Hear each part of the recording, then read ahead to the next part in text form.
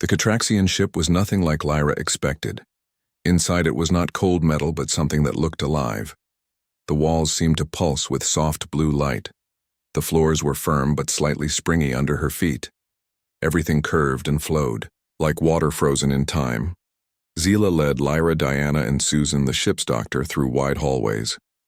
Other Catraxians stopped to stare at the humans, their silver eyes wide with curiosity or suspicion. Most looked similar to Zila, tall with blue-scaled skin.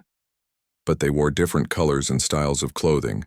Some had markings on their faces that glowed faintly. "We are taking you to the council chamber," Zila explained. "They will decide what happens next. Is this your home ship?" Lyra asked, looking around with wonder. Zila shook her head. "This is a war vessel. I am protection minister for my people. This is my command." "You said you've been watching humans," Diana said. "How long have your people been near Earth?" "Many cycles," Zila replied. "We discovered your broadcasts when they reached our outer monitoring stations. We have studied your languages, your cultures, your conflicts, and decided we were dangerous." Susan added. Zila looked at the doctor. "Some thought so. Others were fascinated. I was sent to make the final assessment." They entered a large circular room. 7 older Catraxians sat in curved chairs arranged in a half-circle. Their skin was a deeper blue than Zila's, and they wore elaborate robes with symbols that seemed to shift and change. The one in the center spoke, her voice deeper than Zila's. "So these are humans. They look fragile." Zila bowed slightly. "Honored council, these humans have agreed to peaceful talks. Their ship entered our space by accident, not invasion." The counselor studied the humans with those unnerving silver eyes. "Our sensors detected weapons on their vessel standard defense equipment," Diana explained. "We explore unknown space. Sometimes we encounter hostile life forms or natural dangers, or perhaps you came seeking our technology," another counselor suggested. "We know humans are resourceful and curious. We didn't even know you existed until today." Lyra said, "We came seeking knowledge, not weapons." The council members spoke among themselves in their own language. The translation devices the humans wore could only catch bits and pieces, words like threat assessment and diplomatic protocol. Finally, the center counselor spoke again. "Our protection minister has suggested something unusual, a cultural exchange instead of the standard quarantine procedure. Why should we agree to this?" Diana stepped forward with confidence. "My crew represents the best of humanity. We are explorers, scientists, engineers. We seek to understand the universe, not conquer it. If you have been watching our transmissions, you know we are capable of both great destruction and great creation. We choose creation." The counselors discussed this, then turned to Zila. "You fought one of them. You judged her worthy. Tell us why." Zila looked at Lyra. "This human showed insight when faced with certain defeat. She sought understanding rather than victory. She saw past my defenses to the truth of why I fight. And why do you fight?" Catraxian, the central counselor, asked. Zila straightened her shoulders. "For the same reason as this human, to protect what I care about." The council room went quiet. The counselor seemed surprised by Zila's words. "Very well," the lead counselor said after a long moment. "We will allow a limited exchange. Your ship will dock. With ours, 3 of your crew may remain as guests. 3 of our people will board your vessel. The rest of your crew may continue their work, but cannot leave your ship. Is this acceptable?" Diana nodded. "This is generous, thank you." Zila will continue to assess your people, the counselor added. "If there is any sign of threat, the exchange ends immediately." As they left the council chamber, Lyra noticed Zila seemed tense. "Is everything all right?" she asked. The alien warrior glanced at her. "The council rarely agrees to such contact with new species. You should consider this a great honor. But you don't seem happy about it," Lyra observed. "I am responsible for your behavior here," Zila said. "Any mistake could reflect poorly on my judgment," Lyra smiled. "Then, we'll have to make sure we don't make any mistakes." Zila led them to guest quarters, 3 connected rooms with strange curved furniture and softly glowing walls. The beds, if you could call them that, were shallow depressions in the floor filled with something that looked like water but was solid to the touch. "This is amazing," Susan said, examining everything with scientific curiosity. "How do the walls generate light, bioluminescent organisms?" Zila explained. "They are grown, not built. They consume, waste carbon and produce light and heat grown," Diana asked. "Your ship is alive, parts of it," Zila said. "We believe technology should complement nature, not replace it." Lyra touched one of the walls gently. It was warm and seemed to pulse slightly under, her fingers like a heartbeat. Over the next few days, the humans learned more about Catraxian society. They were an ancient species who had explored space for thousands of years. They valued harmony with their environment and had strict codes of honor. They were not warlike by nature, but were fierce protectors of their territory. In turn, the humans shared information about Earth, its diverse ecosystems, its many cultures, its art and music. Zila seemed particularly interested in human music. "Your species create such varied sounds," Zila said as they listened to selections from the ship's database. "This one is full of joy." She pointed to a classical piece. "And this one carries such sorrow." She indicated a blues song. "Music helps us express emotions," Lyra explained. "Things we might not be able to say with just words." Zila's silver eyes studied Lyra. "My people have music as well, but it is more mathematical, more precise. Yours seems to come from a deeper place." Lyra smiled. "Would you like to hear more?" As the days passed, Lyra and Zila spent more time together. The alien warrior began to relax around her. They shared meals, discussed their different worlds, and even laughed together. Lyra's humor often confused Zila at first, but the alien was quick to learn. One evening, as they walked through a garden section of the ship, Zila asked a surprising question. "Why did you volunteer to fight me? You must have known you could not win." Lyra considered her answer. "I thought there might be another way to win, not by fighting but by understanding. Understanding cannot stop a blade." Zila said. "Maybe not," Lyra replied, "but it might stay the hand that holds it." Zila was quiet for a moment. "You are strange, Lyra Morgan." "Even among humans, is that bad?" Lyra asked. The alien warrior almost smiled. "No, it is interesting." They stopped at a viewing window. The stars stretched out before them, endless and bright. "My mate was killed 3 cycles ago," Zila said suddenly. "During a border conflict with another species, I lost faith in diplomacy. After that, I believed all outsiders were threats. It made my duty simpler." Lyra felt a wave of sympathy. "I'm sorry for your loss." Zila turned to her. "Those broadcasts we watched, they showed so much violence, so much destruction. It was easy to believe humans would be the same." "But you? What about me?" Lyra asked softly.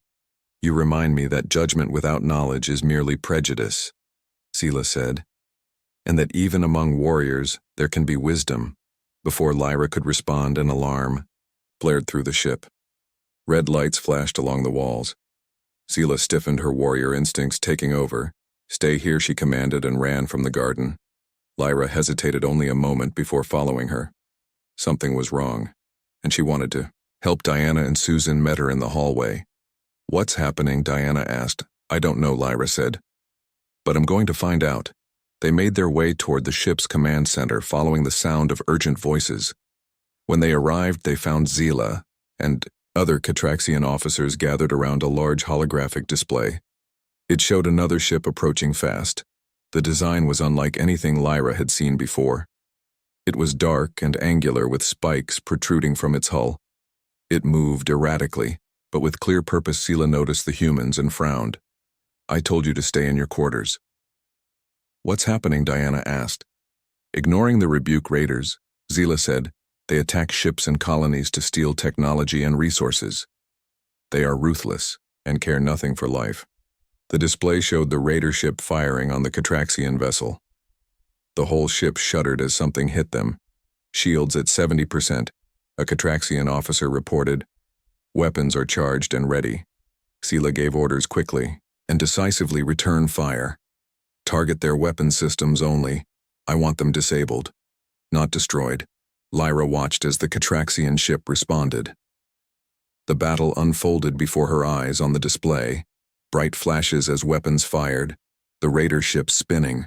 To avoid hits, they are targeting our engine core. Another officer called out, "If they hit it, we know Zila cut him off." Evasive maneuvers.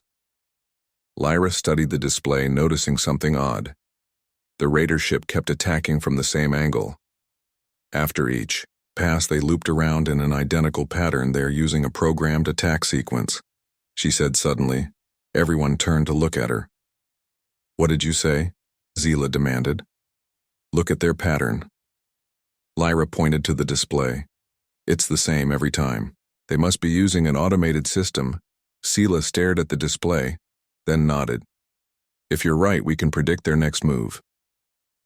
The alien warrior adjusted their defense strategy. The next time the raider ship came around, the Catraxian vessel was ready. They fired precisely at the spot where the raider ship would be. The hit was direct. The raider ship spun out of control, its weapons going dark. "We have them," Zila announced. "Prepare boarding teams. We will capture their leaders." As the Catraxians prepared to board the disabled ship, Zila turned to Lyra. "Your insight may have saved many lives today." Lyra shrugged. "I just noticed a pattern." The raiders were not what anyone expected. When the Catraxian boarding party returned, they brought not fearsome warriors, but thin, sickly-looking beings. Their skin was pale gray and hung loose on their frames. Their eyes were large and dark with no visible pupils. They moved slowly as if each step was painful. Zila led Lyra to the holding area where the raiders were being kept. They stood behind a transparent barrier, watching as medical staff examined the captives. "These are the fearsome raiders?" Lyra asked. "They look half dead." "They are," Zila said grimly. "The Vex are a dying species. Their homeworld was destroyed in a stellar event centuries ago. The survivors became nomads, raiders. They take what they need to survive with no regard for others." One of the Vex looked up and noticed them watching, its dark eyes fixed on Lyra with an unsettling intensity. She felt a chill run down her spine. "Why did you bring me here?" she asked Zila. The alien warrior seemed troubled. "The Vex have never ventured this far into our territory before. Something has changed. They are desperate, and desperate beings are unpredictable." A medical officer approached them. His expression was serious. "Honored Minister, these beings are suffering from radiation poisoning. They must have passed through the Corinth Nebula. Their ship has minimal shielding. Can you help them?" Zila asked. "We can treat the symptoms," but the doctor hesitated. "They were already dying. Their genetic structure is breaking down. They have perhaps one generation left before extinction." Lyra felt a wave of sadness wash over her. Despite the attack, she could not help feeling sorry for the Vex, their entire species facing a slow, painful end. Susan joined them, having been granted permission to observe the Catraxian medical procedures. Her face was thoughtful. "I may be able to help," she said. "The Horizon has advanced genetic repair technology. We developed it to treat deep space radiation exposure in humans. But the principle should work for any DNA-based lifeform." Zila looked at her with surprise. "You would help those who attacked us?" "They attacked because they are desperate," Susan replied. "They are dying. What would you do to save your people?" The Catraxian warrior was silent for a long moment, then nodded. "I will speak with the council." While Zila was gone, Lyra and Susan examined the raiders' ship. The technology was cobbled together from many different sources. Some parts were clearly stolen from other vessels. Others were handmade from scrap materials. "They built this from nothing," Lyra said, running her hand along a makeshift control panel. "It's primitive but impressive." Susan nodded. "The will to survive is powerful." They found the ship's log, a simple recording device with entries in the Vex language. The Catraxian translation system converted it to something they could understand. The entries told a grim story. The Vex had been wandering for generations, searching for a new home. But everywhere they went, they were driven away, feared and hated for their raids. No one cared that they were dying. They were seen only as pirates and thieves. The final entry was the most heartbreaking. We have found a signal from the ancient archives, coordinates to a place called Sanctuary A, world that might support our kind, but we lack the fuel to reach it. Our last hope is to find a ship with better engines, to take what we need. One final time, Lyra and Susan shared this discovery with Diana and Zila when they returned from the council. They attacked us to steal our engines, Zila said, to reach this sanctuary. Susan confirmed. It's their last hope. The Catraxian Council has agreed to allow your doctor to treat the Vex, Zila told them, but what happens after that is still undecided. Lyra had been thinking, I have an idea, but I don't know if you'll like it. Speak freely, Zila said. The warrior had become more open to Lyra's suggestions in recent days. What if instead of just treating them, we help them find this sanctuary? Lyra suggested. We have the combined knowledge of 2 advanced species. Surely we can locate these coordinates and determine if this place really exists. Diana looked concerned. The Horizon is an exploration vessel, not a rescue ship. And these people just attacked. Us they attacked because they had no choice, Susan argued. They were desperate. Zila studied Lyra with those silver eyes. You have a soft heart for a warrior. I'm not a warrior, Lyra said. I'm just a mechanic who believes in second chances. The alien almost smiled. You are more than that, I think, over the next days. Susan worked with the Catraxian medical team to treat the Vex. The genetic repair procedure was slow and complicated, but it showed promise. The raiders began to recover some of their strength. Their skin took on a healthier color. Their eyes became clearer. Meanwhile, Lyra, Diana, and Zila searched for information about the mysterious sanctuary. Using the combined star charts of both humans and Catraxians, they tried to match the coordinates. From the Vex archives, it was Lyra who made the breakthrough. She had been studying old Earth transmissions that the Catraxians had collected, looking for any mention of a planet called Sanctuary. Look at this, she said, pointing to a recording. It was from an old science broadcast about theoretical habitable worlds. According to this broadcast, there was a project on Earth over 100 years ago, Project Sanctuary. They were terraforming a planet in a distant system. Diana frowned. But we never had that technology 100 years ago. Not then, no, Lyra agreed. But what if someone continued the project in secret? What if they succeeded? Zila studied the star charts. We have records of an unusual planet in this region. She pointed to a system. At the edge of known space, our scouts reported unusual atmospheric composition, consistent with artificial terraforming. But the planet was in a restricted zone. We never investigated further. Could this be the sanctuary? The Vex are seeking, Diana asked. There's only one way to find out. Lyra said we need to go there. The journey would be dangerous. Zila warned. That region of space is unstable. Cosmic storms, radiation fields, but if it means saving an entire species. Susan said, joining them, the Catraxian Council was reluctant, but Zila spoke passionately on behalf of the plan. She argued that helping the Vex find a new home would end their raids permanently. It would bring peace to that sector of space, and it would strengthen the new alliance between humans and Catraxians. In the end, the Council agreed with conditions. The mission would be joint humans and Catraxians working together.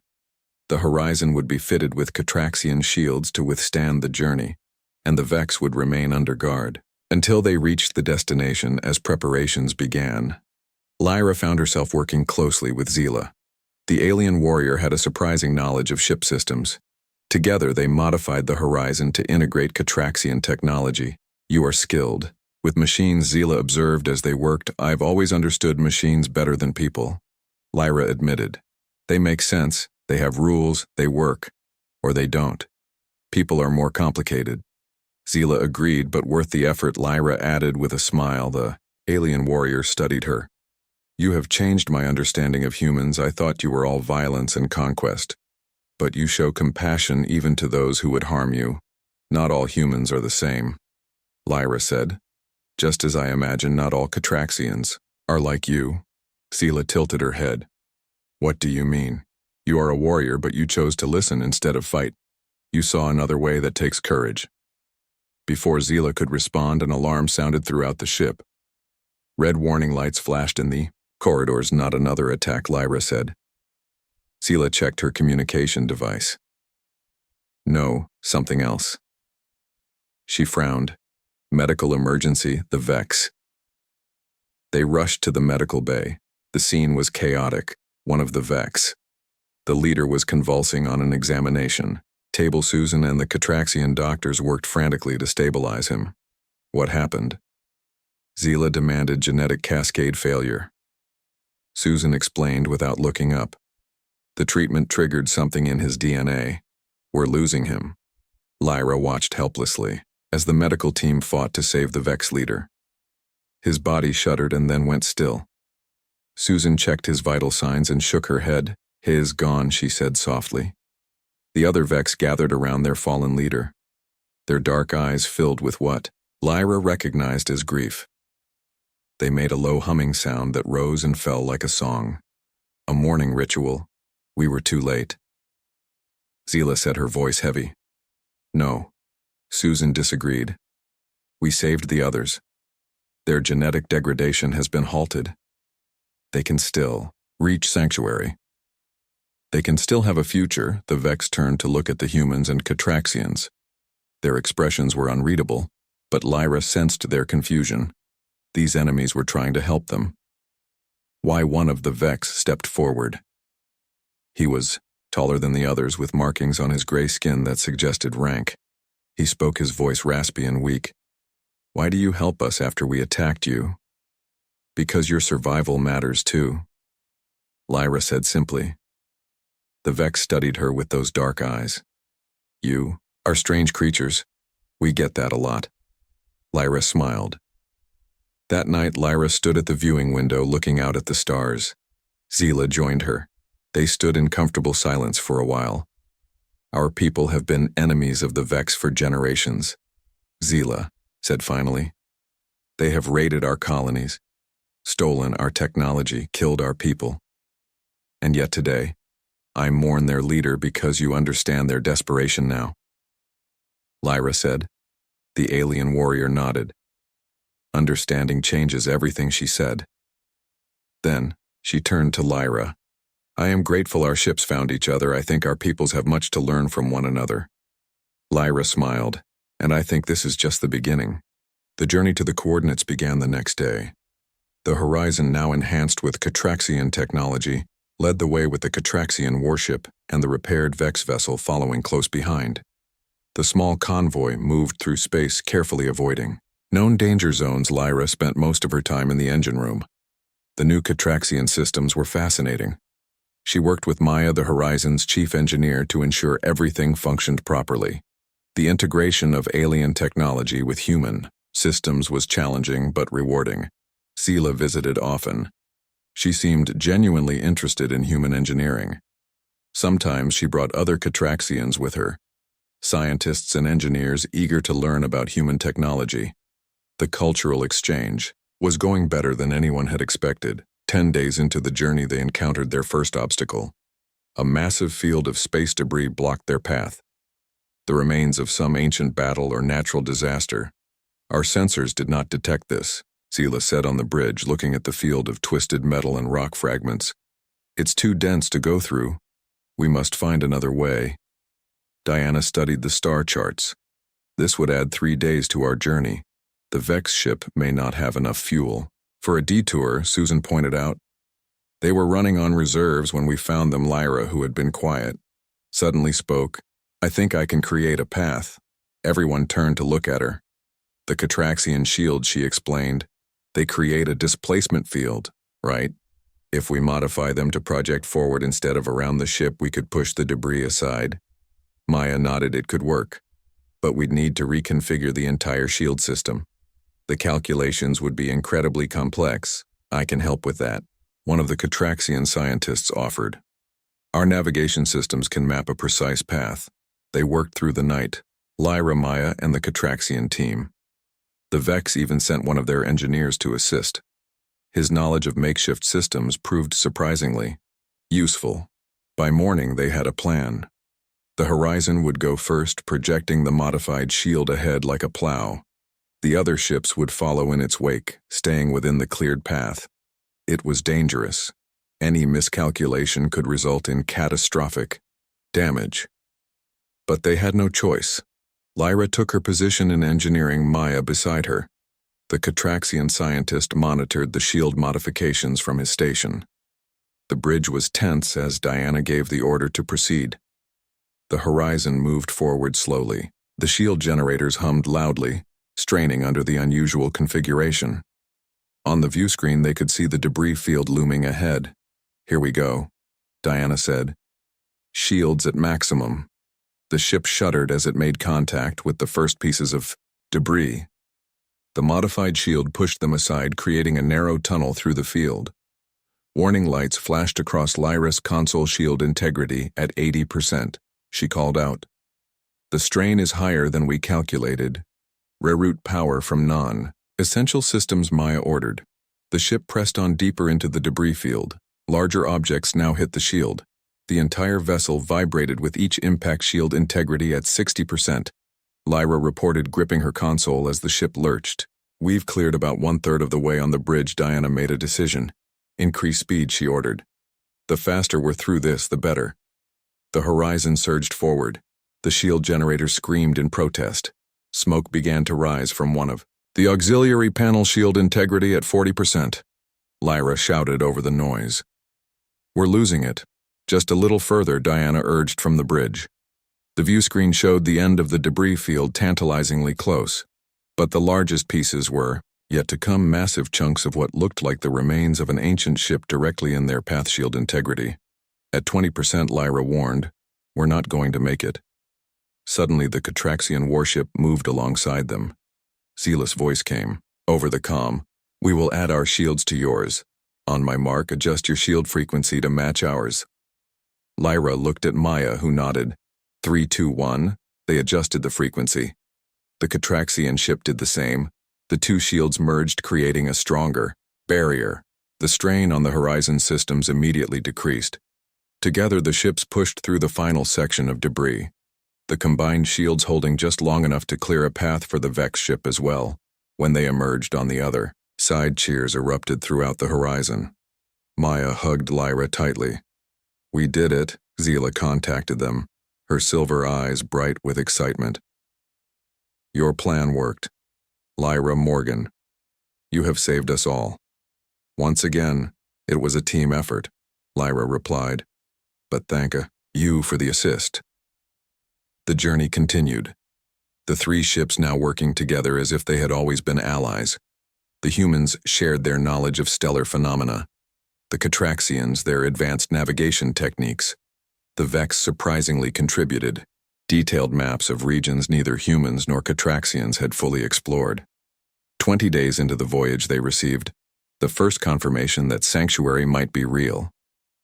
A faint signal on an old frequency, carrying a repeating message in an ancient Earth language. "Hope awaits. The coordinates match. Welcome home, travelers." The message was playing on repeat.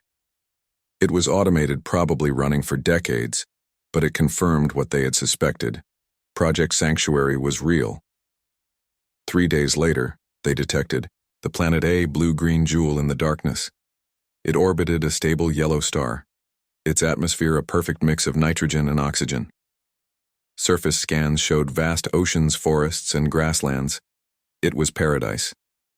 As they approached the planet, more details became clear. There were structures on the surface, buildings, roads, what looked like small settlements, but no signs of current habitation. No energy signatures, no communication beyond the automated welcome message. Did we come all this way for an abandoned colony? Diana wondered. "We should send a team to investigate," Zila suggested. "I agree." Diana said, "We'll take a shuttle down, assess the situation." The team consisted of Diana, Lyra, and Susan from the Horizon, Zila, and 2 Catraxian scientists, and 3 Vex, including their new leader. The shuttle landed in a clearing near what appeared to be the main settlement. The air was fresh and clean, gravity slightly less than Earth normal, the temperature warm but pleasant. Plants, similar to Earth's, grew everywhere but with subtle differences. Colors more vivid, shapes just slightly odd. The settlement was a collection of buildings arranged around a central plaza. They were simple but well-designed, made to last. Everything was covered in a thin layer of dust, but otherwise perfectly preserved. It looks like they just walked away, Lyra said, running her hand along a table inside one of the buildings. No signs of conflict, no damage. The Vex leader moved with increasing excitement, his dark eyes wide as he examined everything. Susan found the answer in what appeared to be a control center. A recorded message from the last inhabitants. "We have succeeded," the message said. "The planet is stable, the ecosystem self-sustaining.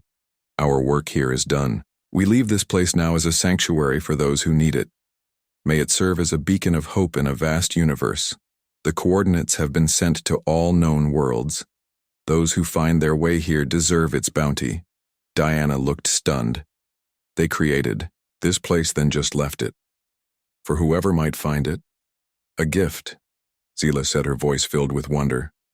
"Such generosity is rare." The Vex leader turned to them. His expression was hard to read, but his voice trembled slightly. "This place, it can sustain us. We can live here." "Start again." "Yes," Susan confirmed. "The atmosphere, the plants, the soil, all compatible with your physiology. You can thrive here." The Vex spoke among themselves. Then their leader addressed Diana, Zila, and the others. "We have been raiders, for generations, taking what others valued, causing fear and hate. We did not wish this path but saw no alternative. Now you have given us what we sought, a home, a future. We offer you our gratitude and our pledge. This sanctuary will never be used to harm others." Zila stepped forward. "I will speak for the Catraxian Council. All hostilities between our peoples are ended. May you find peace here." Diana nodded. "And the people of Earth extend the same friendship. May your people flourish in their new home." They spent 3 days helping the Vex begin their settlement, setting up systems, ensuring everything was operational, preparing fields for planting. The former raiders proved to be quick learners, eager to become builders instead of destroyers. On the final evening, Lyra walked alone along the edge of a lake. The planet's twin moons reflected on the still water, casting everything in silver light. She heard footsteps behind her and turned to see Zila approaching. The alien warrior looked different, somehow more relaxed. Her silver eyes seemed to glow in the moonlight. "It's beautiful, isn't it?" Lyra said, gesturing to the lake. Zila nodded. "But there are many beautiful worlds. What makes this one special is what it represents." "What does it represent?" Lyra asked. "Hope," she said. "The belief that life should continue, that differences can be overcome, that enemies can become allies." Lyra smiled. "I like that." They stood in comfortable silence, watching the moons drift across the sky. "When I was assigned to intercept your ship," Zila said finally, "I expected to find enemies. I was prepared for battle. Not for this friendship." Lyra offered. The alien warrior considered this. "Yes, friendship, that is not a concept. Warriors are taught to value. Maybe they should be," Lyra said. Zila turned to her. "You have changed me, Lyra Morgan. In ways I am still discovering. You've changed me too," Lyra admitted. "When I first saw you, I was terrified. I thought I was about to die. Now I can't imagine not knowing you." The alien reached out hesitantly and placed her hand on Lyra's. Her skin was cooler, smoother, but the gesture was unmistakably tender. 1 year had passed since the discovery of Sanctuary. The alliance between humans and Catraxians had grown stronger.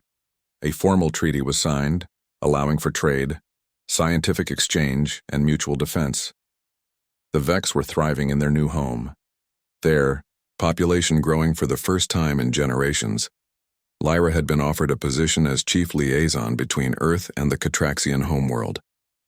Her understanding of both cultures made her perfect for the role. She would split her time between the two worlds, helping to bridge the gap between such different species.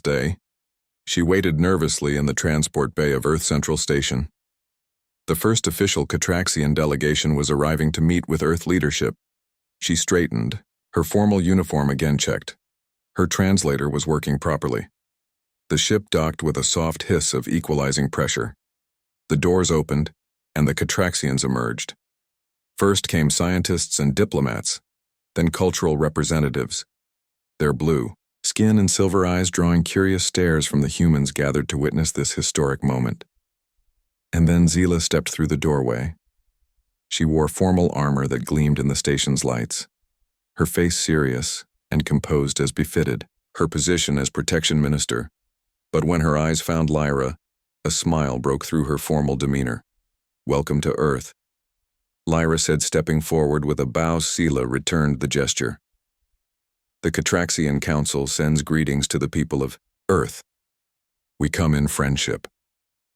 The formal words completed, Lyra led the delegation toward the conference rooms where Earth leaders waited. But as they walked, Zila fell into step beside her. "You look well," Zila said quietly. "The position suits you." "Thank you," Lyra replied. "I never imagined being a diplomat, but here we are." The alien warrior nodded. "Here we are indeed." The meetings went smoothly, human and Catraxian leaders finding common ground, discussing trade routes, research initiatives, defense strategies. The Vex situation was discussed as a model for future cooperative efforts. That evening, a celebration was held. A formal dinner with speeches, music, and cultural presentations. Lyra watched as humans and Catraxians mingled awkwardly at first. Then, with increasing comfort, she slipped away from the main hall, needing a moment of quiet. She found a small observation deck overlooking Earth. The blue planet turned slowly below, beautiful and serene. "You are missing your own party," a voice said behind her. Lyra turned to see Zila entering the room. "Just needed some air," she explained.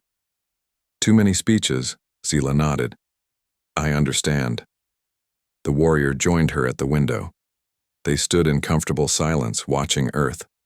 "I have something for you," Zila said. After a while, she held out a small box. "What's this?" Lyra asked, taking it. "A tradition among my people," the alien explained. "When one warrior respects another, they exchange tokens." Lyra opened the box.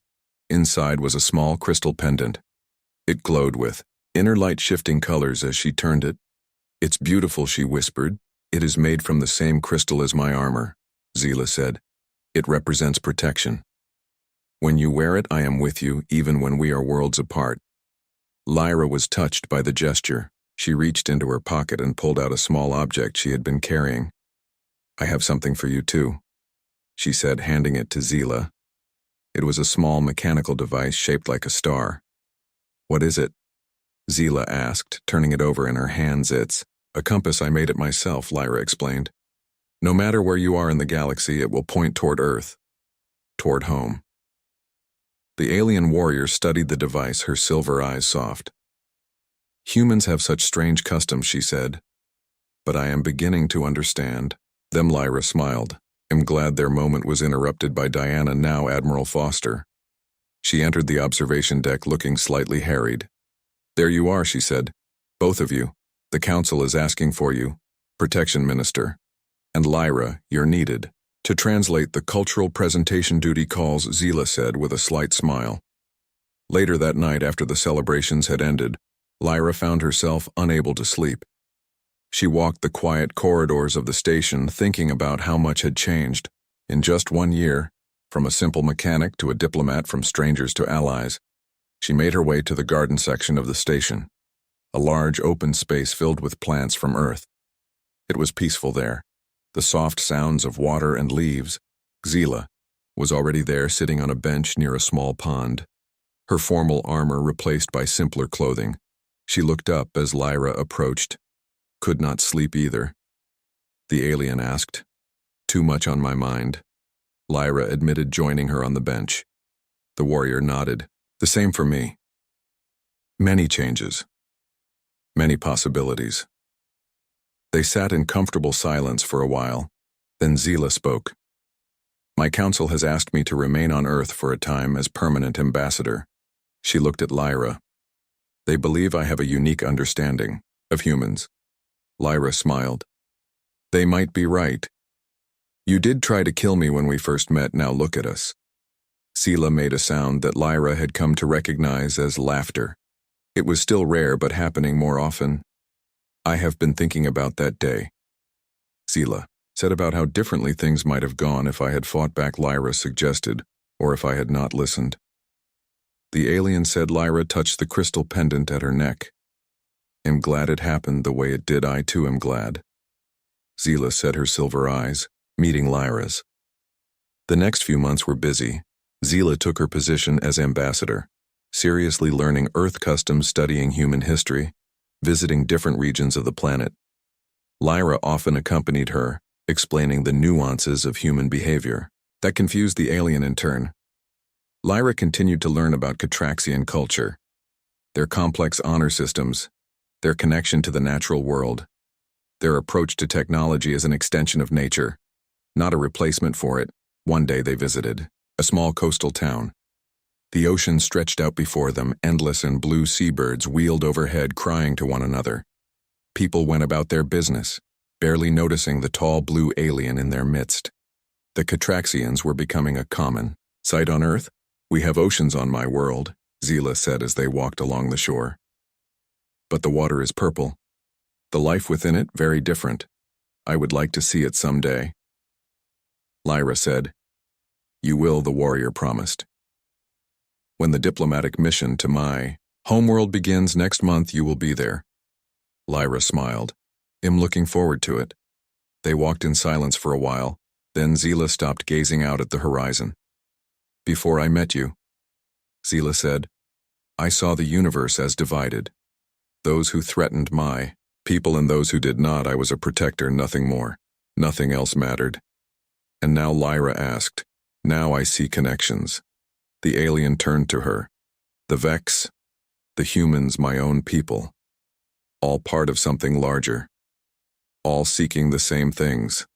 Life, safety. Understanding. Sounds like you're becoming a philosopher. Lyra teased. Zila considered this. Perhaps I am becoming more than a warrior. Just as you have become more than a mechanic. Lyra nodded. Life is funny that way. You never know where it will take you. The wind picked up, blowing Lyra's hair around her face. Zila reached out hesitantly and brushed it back. The gesture was tender, almost reverent. Your people are so fragile, the alien said softly, yet so resilient. I still do not understand how something so delicate can be so strong. Maybe that's the secret, Lyra said. Being strong doesn't always mean being tough. Sometimes it means being flexible, bending instead of breaking. Zila nodded slowly. I am learning this. The diplomatic mission to the Catraxian homeworld was a success. Humans were welcomed with curiosity and increasing warmth. The alliance grew stronger. More ships traveled between the worlds. Scientists shared discoveries. Artists exchanged ideas. The Vex on Sanctuary began to trade with both species. Their unique perspective on survival and adaptation proving valuable, their settlement grew into a thriving community, a symbol of what was possible. 3 years after their first meeting, Lyra and Zila stood on a hilltop overlooking the first human settlement on the Catraxian homeworld, small domed buildings designed to accommodate humans in the slightly different atmosphere. The beginning of a permanent presence. Did you ever imagine this? Lyra asked, gesturing to the settlement. When you were sent to intercept a human ship. Never, Zila admitted. I expected to eliminate a threat. Instead, I found... She paused, searching for the right word. A friend. Lyra offered. The alien warrior looked at her. Those silver eyes now so familiar. So, dear, more than that, I think. Lyra felt her heartbeat faster. What she managed to ask, a bond that has no name in either of our languages, Zila said. But that exists nonetheless, between warrior and mechanic, between protector and builder, between your world and mine. Lyra understood. She reached out and took Zila's hand. Their fingers intertwined, human and alien, so different yet fitting together perfectly. Whatever we call it, she said. I wouldn't change it for anything. Nor would I, the warrior agreed. That evening, a celebration was held to mark the official opening of the human settlement. Catraxians and humans mingled, sharing food, music, stories. The two species still looked at each other with occasional confusion, but also with growing understanding. Lyra watched as Zila spoke with a group of human children explaining her armor, answering their endless questions with patience, her once stern face now animated with warmth. Who would have thought, Diana said, joining Lyra, that the alien warrior who challenged you to a duel would become our strongest ally? Lyra smiled, remembering that day 3 years ago. How terrified she had been facing the towering blue warrior. How certain she was that she would lose. Sometimes the strongest weapon is empathy, she said. Diana nodded, wise words from a former mechanic. Lyra Morgan never expected to meet an alien. She was just a mechanic on the spaceship Horizon. She fixed broken engines and made sure the oxygen systems worked right. She was not a soldier. She was not someone who talked to important people, but today everything changed. The alien ship appeared out of nowhere. It was huge and silver with strange blue lights. It moved fast and came right up to the horizon. The captain tried to talk to them, but they did not answer. Then they forced their way onto the ship. Captain Diana ordered most of the crew to go to the safe rooms. Only she and Lyra stayed on the main deck. They waited as the door to their ship opened with a loud hiss. She was tall, almost 7 feet, with blue skin that seemed to shimmer. Her muscles were clearly visible beneath her scaled skin. Her face was sharp with high cheekbones, and her eyes were pure silver. They seemed to glow in the dim light of the ship. She wore armor made of some kind of metal Lyra had never seen before. It changed colors as she moved. "You are in our space," the alien said. Her voice was strange, almost musical, but cold. "You must leave or be destroyed." "Captain." Diana stepped forward. "We did not know this area belonged to anyone.